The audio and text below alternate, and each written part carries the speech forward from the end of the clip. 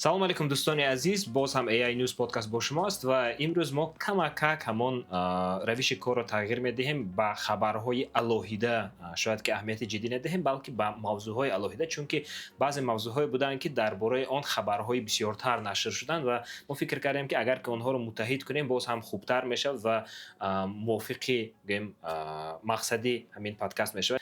Хуршед, салом, коро чӣ хел? Ассалому алайкум. Коро нағз.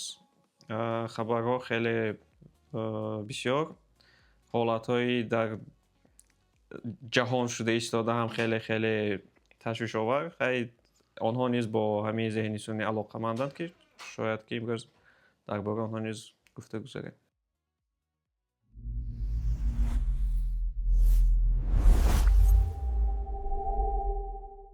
хай пеш аз ҳама шояд гуфтан ҷоиз аст ки дар ин шабрӯз ки муноқишаҳо дар аксар кишварҳои ба мо ба хубӣ шинос, мисоли Покистон, Афғонистон, кишварҳои Шарқи наздик, дар инҷо боз Амрико ҳам пайваст шуда истааст ба ин муноқишаҳо ки мутаассифона рух доданд ва аз сиёсат дур ҳам шавем. Хеле мутаассифем ки дар инҷо кӯдакон пеш аз ҳама зарар дида истоданд ва аллакай дар Эрон мувофиқи хабаре ки шаб хонда будам ба яке аз мактабҳои духтарона яке аз ҳамон намедонам бесарнишин бошад чӣ бошад 72 чӣ қадараш ҳалок шудаган, хай ҳамдардии худро пеш аз ҳама баён мекунем. умедвор ҳастам ки ба наздикӣ шояд ки ин муноқишаҳо ба анҷом расанд, ҷангҳо ба анҷом расанд. умуман дар тамоми ҷаҳон бояд ки сулҳ бошад. Дар асри 21 бурдани ҷанг ин худаш як кори ба фикри ман як бемантиқ аст ва ба ҳама зарар меорад, ягон фоидае надорад, ба ғайр аз гурӯҳҳои алоҳидае ки албатта аз ҳисоби ин бо як маблағи муайянро кор мекунанд. ва вобаста ба ҳамин ҳам яке аз ҳамин хабарҳое ки ин ҳафта дар мадди назари одамон буд, хабарҳое ки ба зеҳни сунъӣ пайваст аст, алоқаманд аст, ин он ки дар атрофи истифода бурдани зеҳни сунъӣ аз ҷониби Пентагон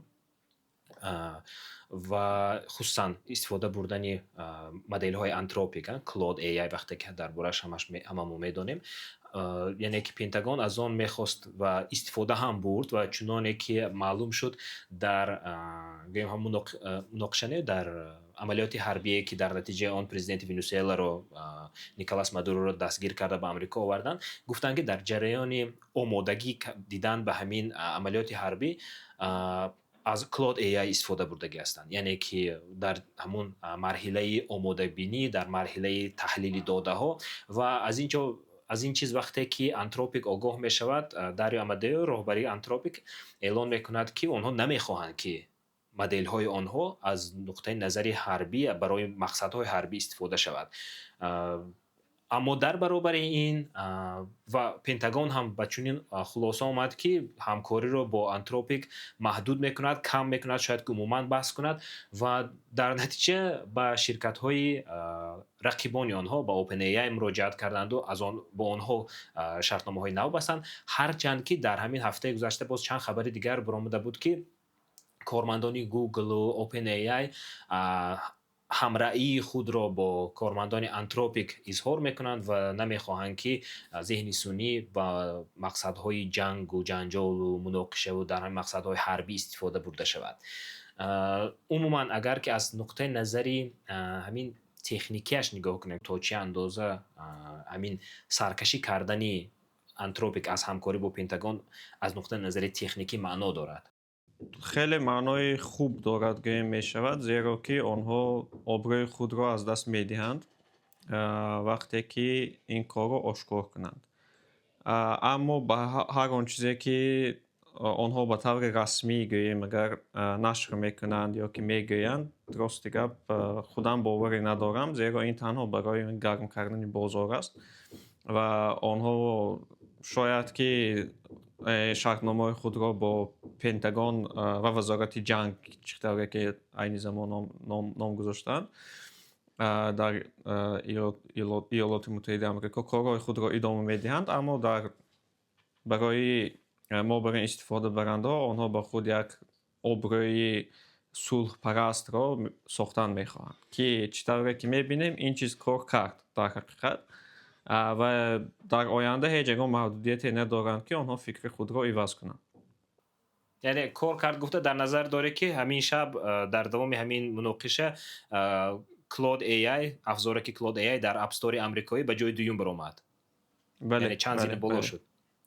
бале аз нуқтаи назари он суханҳое ки аз тарафи конгрессменҳо аз тарафи шахсони расмии Иёлоти Муттаҳидаи Амрико мебарояд ки халқро мехоҳанд ба халқ ҳамин фикрро ҷорӣ кунанд ки озодӣ лозим нест ба онҳо, бехатарӣ лозим аст, гӯё ки аз ҳама тараф хатар аст. Яке аз онҳо Марко Рубио буд, яке аз онҳо Линдси Грэхэм буд, масалан, ки чунин суханҳоро гуфта истоданд ва тарафдори гӯем ки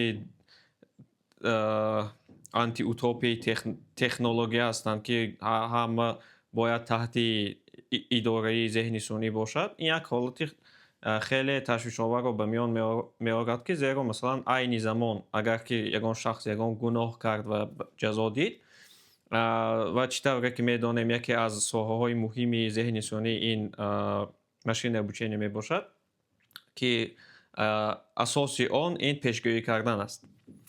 ва дар асоси маълумоти масалан ҷамъоварда, дар асоси промптҳои ҷамъоварда, дар асоси фаъолиятҳои инсон дар шабакаҳои иҷтимоӣ, дар мессенҷерҳо, дар гурӯҳҳо масалан ин кӯтоҳ карда гӯем як кинофилм буд «Особое мнение», мисли ҳолатро мисли ҳамон месозад, аммо дар ин ҷо шахс не, балки ҳамин зеҳни сунъӣ аллакай барои пешгӯӣ кардан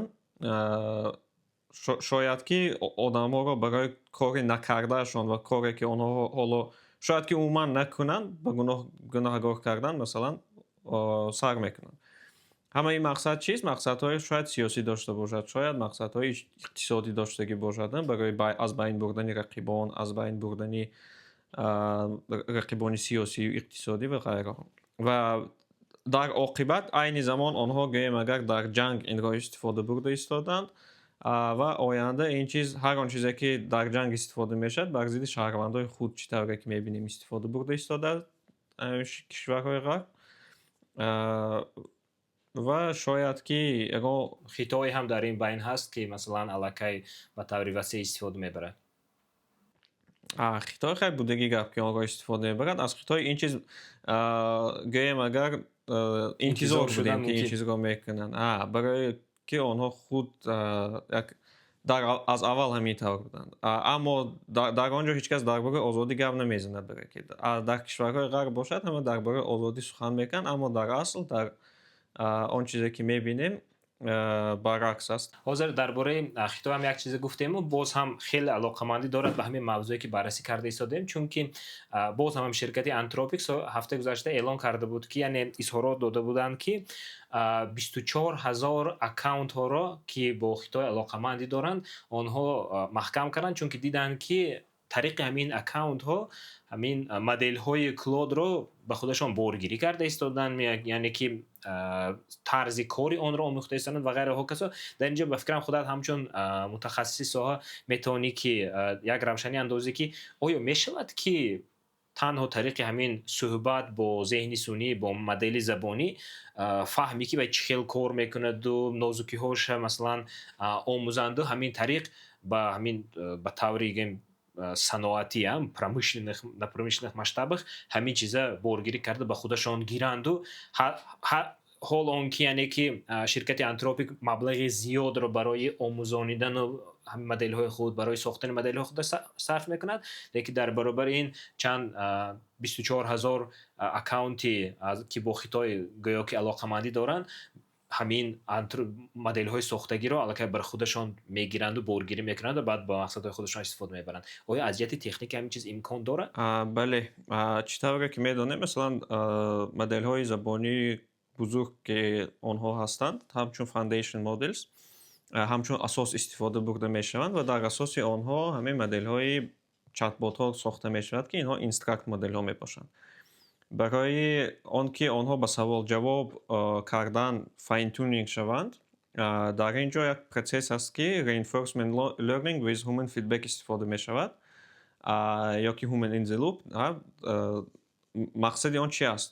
Мақсади он ҳамин аст ки инсонҳо масалан мутахассисони соҳа, масалан мутахассисони соҳаи ҳуқуқ гӯем агар мегиранд, савол-ҷавоб ташкил мекунанд ва дар асоси ин савол-ҷавоб боз ин моделҳоро як зинаи нави омӯзиши онҳоро мегузаронанд, масалан зинаи навбатиашро.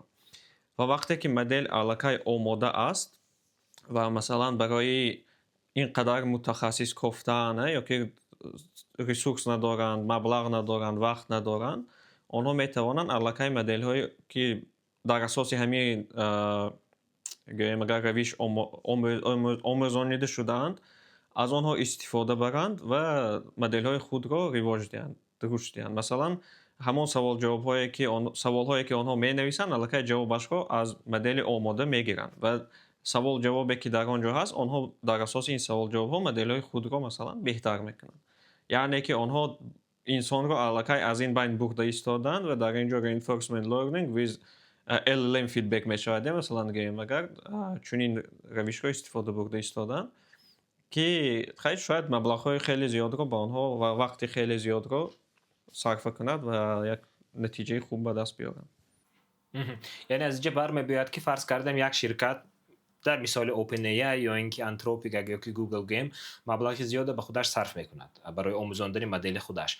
Ва фарз мекунам ки мегӯяд ки мо намехоҳем ки бо мақсадҳои ҳарбӣ ин чиз истифода шавад, лекин дар баробари ин хел метавонанд ки ҳазору як аккаунтҳои қалбакӣ созанду натиҷаҳои кори инҳоро истихроҷ карда ба худашон гиранду моделҳои худашонро боз омӯзонанду баъд ба мақсадҳои ҳарбӣ чӣ хеле ки хоҳанд истифода бурдан мекунанд, лекин гӯем де юре аз нуқтаи назари қонун ва аллакай дигар модел аст, дигар ширкат аст ки мақсадҳои худашро дораду имкон медиҳад ки марҳамат истифода барад, лекин аз рӯи муҳтаво гирем, аз рӯи маъною аз рӯи ҳамин муҳтавои доштагиш, контенти доштагиш, аллакай ин боз ҳам қариб ки ҳамун моделе ки соҳибаш мегӯянд ки истифода набаред. Дуруст?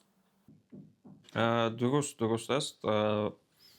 Вақте ки чунин моделҳо ҳастанд ё ки масалан ҳамин ширкати Anthropic ҳам аз он қадар маблағҳои зиёде ки Амрико барои масалан ҳамин вазорати ҷанги худ сарф мекунад, шояд ки ба онҳо лозим бошад, зеро ки чӣ тавре ки мебинем хароҷотҳои соҳаи зеҳнисонӣ зиёдтаранд нисбат ба даромадҳояшон ва аз чунин шартномаҳо даст кашидан худи ширкатҳо масалан дар як ҳолати душвори иқтисодӣ гузоштан метавонад, зеро ин бозори чӣ тавре ки мебинем рушд карда истодааст, ҳар рӯз ягон ҷанги нав сохта истодаанд онҳо ва баъд аз ҷанг сохтан масалан онҳо боз ҳамин боварӣ дорам ки бо истифода бурдан аз моделҳои зеҳнисонӣ чӣ тавре ки масалан Исроил нисбати халқи Фаластин истифода мебарад солҳои дароз аллакай аз зеҳнисонӣ ва технологияҳои клауд технологияҳои Microsoft масалан инҳо низ ҳамин хел системаҳоро созанд барои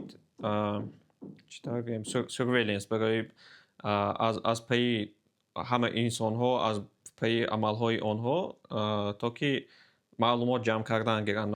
Ва аз ҳамин ҷиҳат шояд ки Anthropic низ ҳамин он варианте ки худат гуфтӣ айни замон гиранд ягон ширкати дигар созанд ва дар асоси он масалан фаъолият баранд ва ширкати асосии Anthropic гӯем ки сулҳдӯст мебошад, озод мебошад, барои озодӣ, барои бехатарӣ амал кунад дар коғаз, ширкати дар миёнарав гӯем агар он мегирад ҳамон корҳое ки ба вазорати ҷанги Амрико лозим аст амалӣ кардан мегирад. Ман дар назар доштам ки ин ширкат то охир ҳамин хел ба принсипҳои худаш содиқ мемонаду иҷозат намедиҳад ки моделҳои вай барои мақсадҳои гӯем баъд истифода баранд, лекин дар ин миён чандин ширкати дигаре пайдо шуданаш мумкин аст ки ҳамин моделҳои инҳоро истихроҷ кунад бе иҷозати онҳо ва сипас марҳамат гӯяд истифода бурдан гиред. Хуб, дар ин ҷо як чизи дигарам худат ҳам гуфтӣ, вақте ки дар ҳамин ҷараёни истихроҷи додаҳои Anthropic кори моделаш ба ҷои инсон дигар модел истифода мебаранд, яъне ки дар ҳамин ҷо иваз карданд ва ҳамин тариқ мо биё ба хабари навбатӣ ба мавзӯи навбатӣ аниқтараш гузарем ки дар ин ҷо яке аз ширкатҳои машваратӣ Datatonic огоҳ мекунад ки ширкатҳо умуман аз ҳамин татбиқи зеҳнисонӣ нодуруст истифода мебаранд, аз худи зеҳнисонӣ, чунки اینم در کدام یک کنفرانسی بود در کجا خودم گفته بودم که فکر میکنم بعضی ها از حد زیاد چه بگم با طوری پوزیتیوی نگاه میکنن، فکر میکنن که ما ذهن سونی رو میگیریم همه کارمندمون عوض میکنیم و دیگر طرفی حالت چنین است که اکثریت فکر میکنن که عموما عوض کردن نمیتوند. لیکن یکی از همون اکسپریمنت هایی که در وابسته با وایب کدینگ داک سنایدر یکی از مهندسان انجینیرها گذراندگی است، معلوم شده است که وایب کدینگ بله یاردم میکند، خدمت میکند، اما نقش انسان همچون نظارتچی، همچون متخصصی که دیده است، فهمیده است که همون کدی که نوشته شده است چی کار میکند خیلی مهم است، چون که ذهن سونی میتواند با مشکلات زیاد برعکس ایجاد کند و کد هم نادرست نویسد، کد دارای بعضی خطاگی های اشتباهی زیاد باشد و عموما در همین اکسپریمنت سنایدر معلوم شده است که ذهن سونی همچون اینسترومنت اگر خدمت کند و انسان و نظارت کند، همچون مدل با ذهن سونی انسان رو عوض کردن نه، همچون همکاری انسان و ذهن سونی نگریم باز هم خوبتر می شود و شاید که این چیز ثمراناکتر شود. با این چیز تا چه اندازه نه همچون از نقطه نظر برنامه نویس پروگرامیست نگاه کنیم، اگر همچون باز هم وسیع‌تر نگاه کنیم تا چه اندازه همین چیز میتواند که یک نگاه ثمراناک و نگاه درستی استفاده ذهن سونی باشد. اکنون اگر از نقطه نظر آن که ذهن سونی انسان‌ها را اگر تنها از استفاده بردن آن با عقل میکند، این چیز خطا است. یا که محصولناکیشان را زیاد میکند، این چیز هم خطا است. سبب در چی است؟ سبب در آن است که به ذهن سونی تا آن دمی که ما فکر خود را عمیق و دقیق بیان کردن نتوانیم او به ما نتیجه های عمیق و دقیق بر نمیگرداند. مثلا اگر وقتی که ما گرفتیم و گفتیم که به ما یگان برنامه نویس برای اجرا کردن فلان عملیات، او برنامه را می نویسد، اون برنامه نیز کار میکند، لیکن تا چی درجه مثلا این لایحه ساخته او مثلا میتواند که بعد باز ریواج داده شود، باز مثلا خطاگی های آن را به طور автоматик که به طور اپراتیوی اصلاح کرده شود، در اینجا علاقه یک معلومات حداقل معلومات فوندامنتالی لازم است در ساحه‌ای که ما آن را استفاده میبریم، مثلا در ساحه برنامه سازی.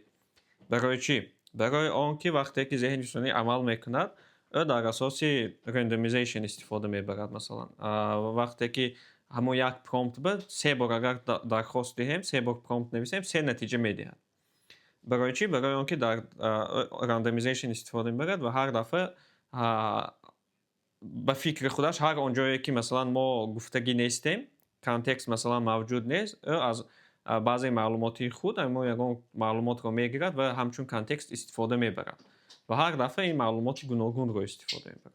یعنی که وقتی که بعد ما پرومپت رو عمیق‌تر نوشتیم، او علاقه این جای رندومیزیشن رو از بین میبرد و طلبات ما رو اجرا کردن رو آغاز میکند و هر آنجایی که ما طلبات عمیق نداریم، ذهن سونی یعنی که از خودش یگان چیز میبافد و در اساس آن ساخته میدهد. مثلا گیم اگر باز در اساس ساحه برنامه‌ریزی، زیرا که ساحه برنامه‌ریزی از همه به فکرم ساحه وسیع‌ترینی که ذهن سونی استفاده میشود عین زمان، چنین کرده میشود که وقتی که ما میگیم یگان برنامه نویس، لیکن معلومات پوره رو آید آرکیتکتور سیستم، آید آن که ما چی در نتیجه گرفتن میخواهیم نمیگیم. مثلا هست فریم ورک فلاتر گیم اگر در فلاتر ما میتوانیم برنامه رو هم برای سیستم های موبیلی، هم برای دسکتاپ، هم برای وب نویسیم، لیکن ما اگر خواهیم که وب برنامه نویسیم اما این رو قید نکنیم، او میتواند که وابسته به گیم اگر آموری که در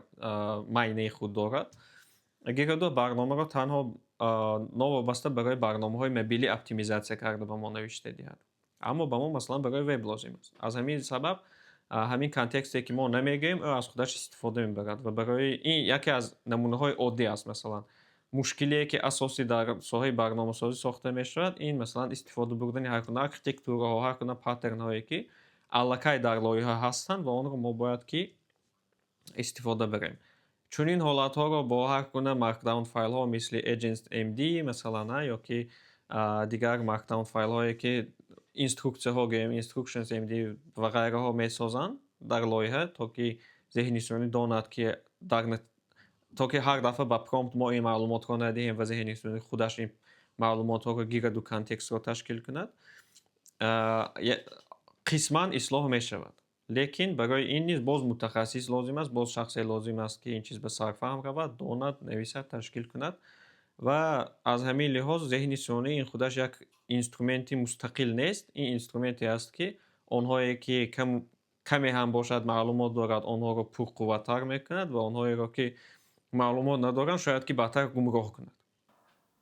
اینجا همچون وقتی که ما قبل در سری حال عین زمان اجنتیک ای آی رفته اساسا، یعنی که اجنت های ذهنی سونیه که در بعضی حالت ها همین کانتکست رو باید به نظر گیرند، بعضی ملکه ها دارند، بعضی دانش ها دارند، دسترسی به بعضی ابزارها و اینسترومنت ها دارند و میتوانند که همین طریق در مرحله های معین قرار قبول کنند. مثلا همین خودی کلود کد ها یا اینکه کودکس چت جی پی تی در اینجا میتوانند که هم امکانیت داد که هر دفعه هر یک قدمش پرسد که همه اجازت میدیم که فلان کارو کنید و هم میتونید که اجازت دهید که خودش قرار قبول کند که در کدام حالت کدام فایل تغییر دهید و غیره و هکذا.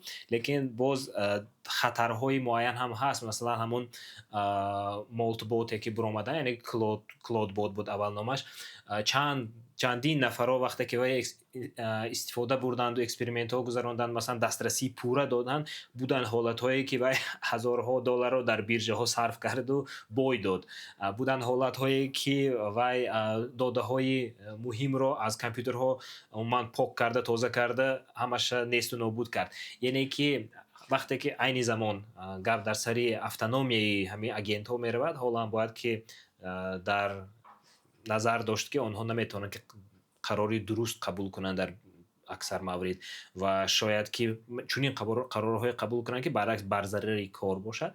و با هم فکر خودت هم راضی هستم که باید که دانش‌های فوندامنتالی خود انسان داشته باشد. عین زمان ما کم درباره برنامه‌نویس‌ها درباره از نقطه نظری مثلا ژورنالیستیک نگاه کنیم، در ساحه رسانه‌ها که کار فعالیت میکنم، همون نفری که در حقیقت خودش متخصص ساحه است، ژورنالیستی خوب است و میتواند که ذهن سونی رو با فایده کارش درست استفاده برد. یعنی که وقتی که صحبت میکنه البته میداند که همین نازکی های ژانر، نازکی های فرمتی که وای استفاده بردن میخواد چگونه است و به ذهن سونی هم درست فهمونده میتواند که چه خیلی مواد آماده کند. انا وقتی که آدم خودش حالا مثلا نو آموز است و نمیداند که چه خیلی کار کند، چه خیلی فعالیت کند، پس در اینجا هم مشکلی میکشد و ذهنی سونی هم به درستی نمیفهمد. بعد یک چیز دیگر هم به فکرم سحری خودت قطع صحبت کرده بودیم که ذهنی سونی برعکس به ما هم تاثیر کرده ایستاده است. چه خیلی که ما با چت جی پی تی عادت کردم صحبت کردن و کانتکست بسیارتر دادن که با همون موضوع من می‌خواستم که درست‌تر بررسی کنه و یک جوابی خوبتر دهد، پای برده ایستادم که وقتی که با انسان‌ها هم صحبت میکنم گویا که یک پرومپت نوشته ایستاده باشم. خیلی که نمیگم که تصور کن که تو فرض کردیم پروفسور فیزیک هستی، بلکه یک گپ‌های رو استفاده میبرم که مثلا معلومات ایلوگی میدادم که پیشتر مثلا شاید که همین معلومات پیشنهاد نمیکردم، لیکن حاضر میگویم که خیلی نکن تصور میکنیم که چنین حالت است و خیلی معلومات رو باید به نظر گیریم و بعد فکر آدم میپرسم، بعد خودم با خودم میشم فکر میکنم که گویا که قطعی چت جی پی تی صحبت کرده ایستاده باشم. این چیز علاقه وقتی که بسیار استفاده میبریم عادت شده میمونه. از همین سبب شاید که خیلی از دیگر نقطه نظر گیریم، اگر خلاصه همین موضوع رو اگر گیریم، مثلا ذهن سونی همچون مشورتچی خوب است، لیکن مشورتچی رو مثلا وظیفه‌اش در همانجا با آخر میرسد وقتی که مشورت خود رو میگوید، اما استفاده بردن یا استفاده نبردن مصلحت از ما وابسته است. مثلا استفاده برده میبریم، مثلا استفاده نبردیم نمیبریم.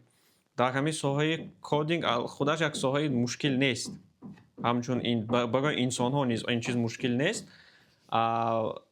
ساحه های مثلا تیپ، ساحه های یگان انجینیر مشکل ترند، زیرا در آنجا معلومات های دقیق لازم است. زیرا در مثلا ساحه تیپ جان انسان خطر رسد هم به جان انسان میرسد. در ساحه مثلا آیتی خیلی فایل اودلیت شده، مثلا هیچ کس ضرر نمیبینه، شخص ضرر نمیبینه، آن فایل ها رو شاید که باز برقرار کردن شود. ҳамин агентҳо вақте ки дастрасии пурра пайдо мекунанд, метавонанд бисёр зарар расонанд ва барои ин зарарро аз байн бурдан, шояд ки масалан метавонанд аз виртуални машинаҳо истифода баранд. Масалан, барои бот виртуални машина месозад, ки дар он ҷо файлҳои муҳим нест. Дар он ҷо танҳо он файлҳо ҳаст, ки ӯ бояд бо онҳо амал кунад. Ин чиз аз ҷиҳати истифодабарӣ хеле муҳим аст, зеро якумаш ки ҳамаи он чизҳое ки ба ӯ лозим нест, анализ намекунад, масалан токенҳоро сарф намекунад ва вақтро сарф мекунад. Аз нуқтаи назари бехатарии гиреймагар, вақте ки ягон чиз дар ҳамаи системаи виртуалӣ, машини виртуалӣ аз байн рафт ё ки бекор карда шуд ё ки аз кор монд, метавонӣ боз машини виртуалии навро ташкил кунӣ ва ҳама он чизе ки лозим аст аз дигар оғоз кунӣ. вақте ки гап дар сари истифодаи ин гуна чизҳо меравад, шояд ки нақши асосиро ва нақши муҳимро, нақши фундаменталиро боз ҳам доштани ҳамон донишҳои фундаменталӣ мебозад. Чӣ хеле ки худат гуфтӣ, аз ҷумла на фақат дар соҳаи барноманависӣ, балки дар ҳама касбу кори дигар. Ва яке аз ҳамин самтҳое ки донишҳои фундаменталиро бояд ки гӯем хубтар карду онҳоро рушд дод, ин дониш ва саводи техникӣ аз ҷумла аст, саводи компютерӣ, саводи рақамӣ, то ки донем ки ҳамин файл чӣ хел кор мекунад, дар куҷо сабт мешавад, дар куҷо нигоҳ дошта мешавад, дар ҳолати зарурӣ чӣ хел барқарор кардан мумкин аст. Гуфти худат ки ягон системаи нусхабардории захиравиро сохтанд, ки захира карда истад, нусхабардорӣ карда истад, ки дар ҳолати зарурӣ мо ба ҳамон версияҳои пештараш баргардем, ё ин ки аз ҷои захира карда барқарор кунем ва ғайра ва ҳоказо. хуб, биё ба мавзӯи навбатӣ мегузарем. Як мавзӯи ҷолиб аст ва мавзӯи шавқовар ҳам ҳаст гӯем мешавад, чунки то ҳоло гап дар сари он меравад, ки моделҳои зеҳни сунъӣ маблағи сарфмекардаи худро кор кардан натавониста истодаанд. Айни замон ҳамаи ширкатҳо, то ҷое ки ман медонам, ҳоло ба фоида баромадагӣ нестанд, ҳарчанд ки маблағи зиёд ба даст меоранд. Ва яке аз чунин ширкатҳое ки бо модели зеҳни сунъии худ зиёд машҳур аст, ин ширкат платформаи Suno аст, ки моделҳои он бо эҷод кардани мусиқӣ машғуланд ва эълон шуд, ки даромади солонаи онҳо ба $300 миллион расид ва абонентҳое ки, яъне корбароне ки пулакӣ онро истифода мебаранд, ба 2 миллион расид. Маънои онро дорад, ки 2 миллион корбар маблағи муайяне пардохт мекунад. ҳадди ақал дар он ҷо, агар хато накунам, агар ки обунаи яксоларо харӣ $8 мешавад. Агар ки яксолаи ҳар моҳа пардохт кунӣ, $10 пардохт мекунӣ барои ҳар моҳи истифода бурдани Suno. Ва дар баробари ин Spotify ҳам аз ҳамин соҳаи мусиқӣ аст, гӯем AI плейлистҳоро барои баъзе кишварҳо айни замон кушода истааст, ки метавонӣ бо ёрии зеҳни сунъӣ плейлистҳо созем. Ва аз як тараф ин аст, ки ҳамаи мо аллакай метавонем бо Suno бо истифода аз он мусиқиҳои худро созем, ки ман баъзан месозам, ҳамин чизро истифода мебарам. Айни замон аз ҷумла ба забони тоҷикӣ ҳам вай ба хубӣ метавонад ки сурудҳо эҷод кунад, созад. Аммо дар баробари аз тарафи дигар худи мусиқачиён, яъне мусиқанавозоне ки дар дунё ҳастанд, онҳо даъво доранд, ки мусиқии моро ба иҷозати мо истифода бурда истодаанду ҳамин Sunoро рушд дода истодаанду гӯем вай ҷойгузини мо мешавад. Ва даъвоҳои судӣ ҳам айни замон буд, ҳаст, ки нисбати Suno, ширкате ки ҳамин моделро коркард карда истодааст. Дар ин мавзӯъ чӣ гуфта метавонӣ, ки то чӣ андоза умуман ҳамин гӯем даъво кардан, ки мусиқии маро бе иҷозати ман истифода бурдию моделиятро омӯзондӣ, гуфта даъво кардани онҳо то чӣ андоза мантиқан аз нуқтаи назари техникӣ гӯем дуруст аст. Чунки хай фарз кардем, ман мусиқинавоз мешавам. Барои он ки ман мусиқинавоз шавам, ман мусиқиҳои дигаронро гӯш мекунам, мусиқии дигаронро меомӯзам ва сипас мусиқии худро эҷод мекунам. Ин омӯзиш аз омӯзиши модели зеҳни сунъӣ чӣ фарқ дорад? оё ҳаст ягон мантиқи даъво кардан? Мантиқаш дар ҳақиқат нест. Ин мисоли овардагар мисоли хеле хеле хуб аст, зеро ки чӣ инсон омӯзаду баъд мусиқӣ эҷод кунад, чӣ зеҳни сунъӣ омӯзаду мусиқӣ эҷод кунад, натиҷа ҳамон мешавад. Масалан аз ҷиҳати нуқтаи назари иқтисодӣ гирем маъно дорад, зеро ки вақте ки зеҳни сунъӣ метавонад дар муддати кӯтоҳ, масалан дар муддати 1 соат гӯем агар 10 та мусиқӣ эҷод кунад, барои инсон барои эҷоди мусиқӣ шояд 1 моҳ вақт сарф шавад, барои эҷоди як мусиқӣ. Шояд 1 сол равад барои 10 мусиқӣ эҷод кардан. Ва фарқияташ дар ҳамин аст, ки инсонҳо метавонанд масалан мусиқӣ доимо як жанри рушдкунанда нест. Масалан ҳастанд мусиқинавозоне, ки аз эҷодкорони масалан гузашта як баҳра мегиранд, як илҳом мегиранд ва дар асоси мусиқии онҳо ба мусиқии онҳо монанд кардагон мусиқиро эҷод мекунанд. Ва чунин ҳолат айни замон масалан он гӯем агар дар бозор қай чунин ҳолате месозад, ки вақте ки мусиқиҳо тез-тез баромада меистанд, арзиши онҳо паст мешавад. Масалан вақте ки ман мехоҳам, ки гӯем агар ягон мусиқии хубро аз ягон артист гӯем агар гӯш кунам, аммо дар он мусиқӣ ба ман ягон ҳолатҳояш маъқул нест. Масалан ягон ҷояш маъқул нест, мехоҳам, ки ба таври дигар шавад. Мегирам бо зеҳни сунъӣ версияи худамро ташкил мекунам ва ҳатто бо овози ҳамон масалан сароянда ва гӯш карда мегардам. Ба ҳеҷ кас маблағи иловагӣ пардохт намекунам. Ҳоҷати консерт рафтан нест, зеро ки дар ягон ҷои мусиқиро дигар кас наменавозад. Ман танҳо дар ҳамон хонаи худам масалан ташкил кардам ва дар хонаи худам гӯш мекунам шояд.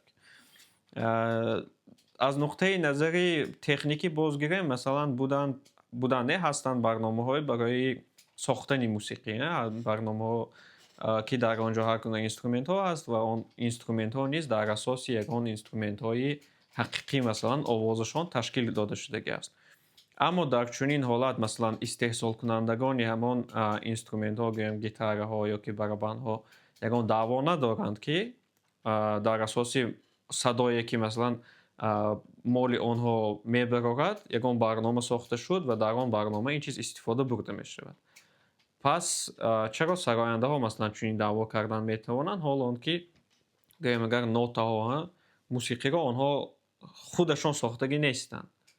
Онҳо танҳо он чизе, ки то онҳо буд истифода мебаранд ва айни замон даъво доранд, ки худашон истифодабаранда ҳастанд, аммо даъво доранд, ки гӯё ки онҳо ин чизро аз нол сохтагӣ ҳастанд ва барои ман ин чиз бемантиқ аст ба фикрам. Не инҷа ба фикрам хай акун то ин дараҷара масалан атомизатсия кардану расидан ба ҳамун нотаҳо камтар шояд нодуруст бошад, чунки айнан бо ҳамин мантиқ ҳамаи нависандаҳоро гуфтам мумкин аст, ки онҳо худашон эҷод намекунанд, чунки калимаю ҳарфҳои будагиро истифода бурданд. Ҳар як инженера гунаҳгор карда мумкин аст, ки гуфтам мумкин аст, ки ту ихтироъ накарди ягон чиз, чунки ҳамун транзистору, ҳамун резистору, конденсатору ғайраҳо то тура уже буданд ва ғайра ва ҳоказо. Лекин инҷа гап дар сари ҳамун истифодаи дурусти тартиби онҳо меравад. Яъне ки мусиқӣ ҳам ҳамин хел аст, ки нотаҳоро мегиранду ҷобаҷо мекунанд, лекин дар бо он тартибе, ки пештар набуд. Аллакай як эҷодиёти нав мешавад гӯем мешавад. Аз ин нуқтаи назар баҳсҳо шояд ки бисёр давом кунад. Ман як чизи дигар ба ёдам омад, ки айни замон дар Тоҷикистон ҳам як сарояндаи зеҳни сунъӣ аст. Оз номаш фаромӯш шуд, дар фикрам буд, номаш фаромӯш шуд, лекин бисёр мебинам, ки дар Ясмина ҳамин хеле сарояндаи зеҳни сунъӣ аст, ки дар таксиҳо вақте ки мешинам мебинам, ки одамҳо гӯш мекунанд, ронандаҳо гӯш мекунанд. Вақте ки ҳамун дар YouTube мебинед, як ҳафта пеш, 2 ҳафта пеш баромадагӣ видео аллакай 3-4 миллион тамошобин ҷамъ мекунад дар атрофи худаш. Ҳастанд сарояндаҳое, ки бо ёрии ҳамин зеҳни сунъӣ, бо ёрии суно хусусан мусиқӣ месозанду мефурӯшанд аллакай, ё ин ки мусиқаҳои худашонро аранжировка мекунанду яъне нав месозанд. Бо баъзеашон вақте ки суҳбат кардам, масалан мегӯянд, ки ман шаб масалан мехезам, як илҳом пайдо мешавад, ҳамун илҳоми худамро бо ёрии суно ман чӣ мекунам, эҷод мекунам ягон мусиқии нав. Барои ҳозир аллакай ҳамун музикант, мусиқинавоз ними шаб бедор кардан ҳам зарурат надорад, ки хезду биёду ба ман мусиқиро нависад. Лекин суно эҷод мекунад. Ҳастанд эҷодкорон аз ҷумла Тоҷик Табор, масалан Парвиз Назаров дар ҳамун инстаграми худаш ҳам чандин аллакай трекҳои худаша чӣ кардагааст, нашр кардагааст, ки бо ёрии зеҳни сунъӣ сохтагааст. Ҳам ба намуди клип, ҳам ба намуди худи сурудани ҳамон сароидани ҳамон сурудҳо ва ғайра ва касо. Ва дар баробари ҳамон хабаре ки баромадагӣ буд ҳафтаи гузашта дар бораи Суно, яке аз сарояндагон бо ёрии Суно вақте ки мусиқӣ эҷод мекунад, ҳатто шартнома ба маблағи $3 миллион бо кадом як студия чӣ мекунанд, мебанданд ки вай боз ҳам эҷод кунаду ғайра ва касо. Яъне ки аз як тараф баъзе сарояндаҳо судбозӣ карда истодаанд, судбозӣ ки аз эҷодиёти мо истифода бурд гуфта. Аз тарафи дигар ҳастанд сарояндаҳое ки истифода бурда истоданд ҳамчун абзор, ҳамчун инструмент ва боз ҳам маблағи зиёдтар кор карда истоданд аз ин соҳа. Хай ин чиз дар ҳақиқат як соҳаи дар ҳама соҳаҳо чунин аст. Масалан ҳастанд ширкатҳое ки аз як навоварӣ зарар мебинанд ва ҳастанд ширкатҳое ки аз навоварӣ масалан фоида мебинанд. Масалан вақте ки интернети мобилӣ паҳн шуду, мессенҷерҳо паҳн шуданд, одамҳо, инсонҳо, истифодабарандаҳо аз зангҳо масалан камтар истифода мебурдагӣ шуданд, зеро ки масалан бо WhatsApp занг задан, бо Telegram занг задан қулайтар аст нисбат ба он ки бо телефони мобилӣ занг задан. Зеро ҳамон интернет аст, ҳамон трафик аст ва гӯё ки аллакай пеш пардохт шудагӣ аст ва ҳатто сифати занг масалан тариқи интернет беҳтар аст нисбат ба сифати зангҳои гӯем агар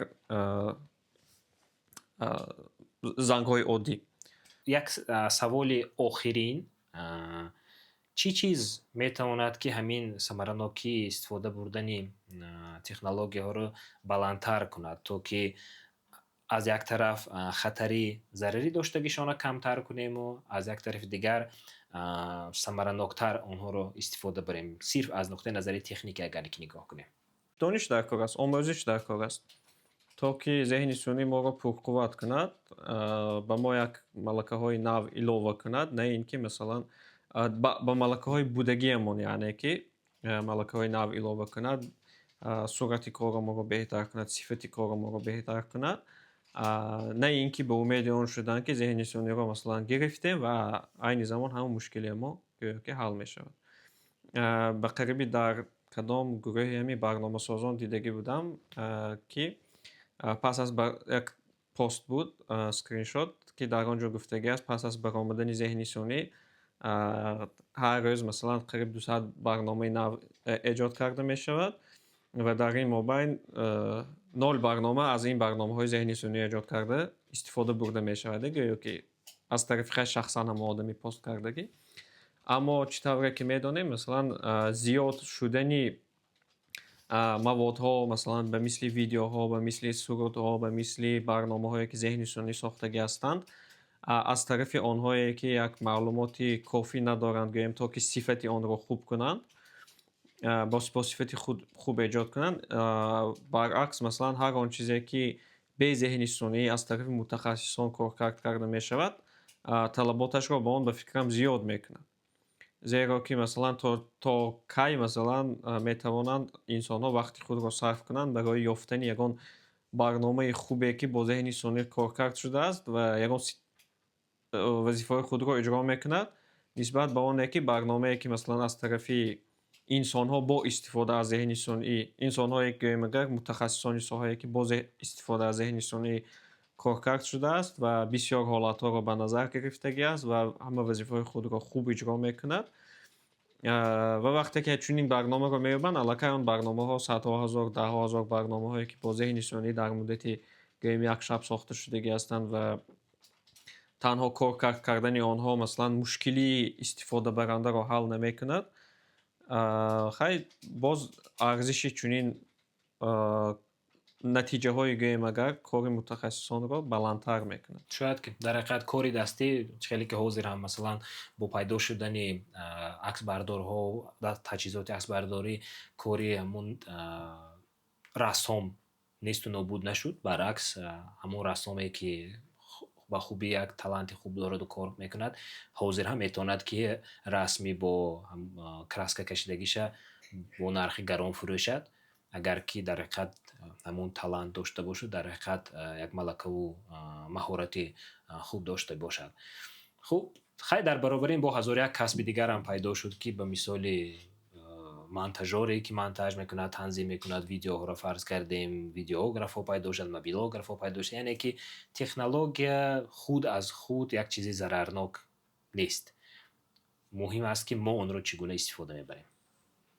санг низ чунин аст. Масалан, сангро ҳам дуруст истифода барем, хона сохта мешавад, нодуруст истифода барем, ба ягон кас захм расонда мешавад. ҳама чиз ба чунин аналогия гӯем, агар мувофиқ мекунад. ҳамчун агар ки хулосаи подкасти имрӯза гӯем, ҳамихе гуфтам, мумкин аст ки ҳар як технология дар ҳақиқат ҳам ба касе зарар мебиёрад, ба касе фоида мебиёрад. Агар ки аз нуқтаи назари ҷойгузин будан ба инсон ё ки набудан айни замон гап занем, албатта ки зеҳни инсонӣ танҳо як абзор, инструмент аст, на ин ки ҷойгузини пурра. Ва касбияту донишу малакаи худи инсон айни замон як нақши муҳимтар мебозад дар истифода бурдани зеҳни инсонӣ, на ин ки гӯем ба пуррагӣ одаморо аз кор холӣ карда ба ҷойшон агентҳои зеҳнисӯниро гузошта.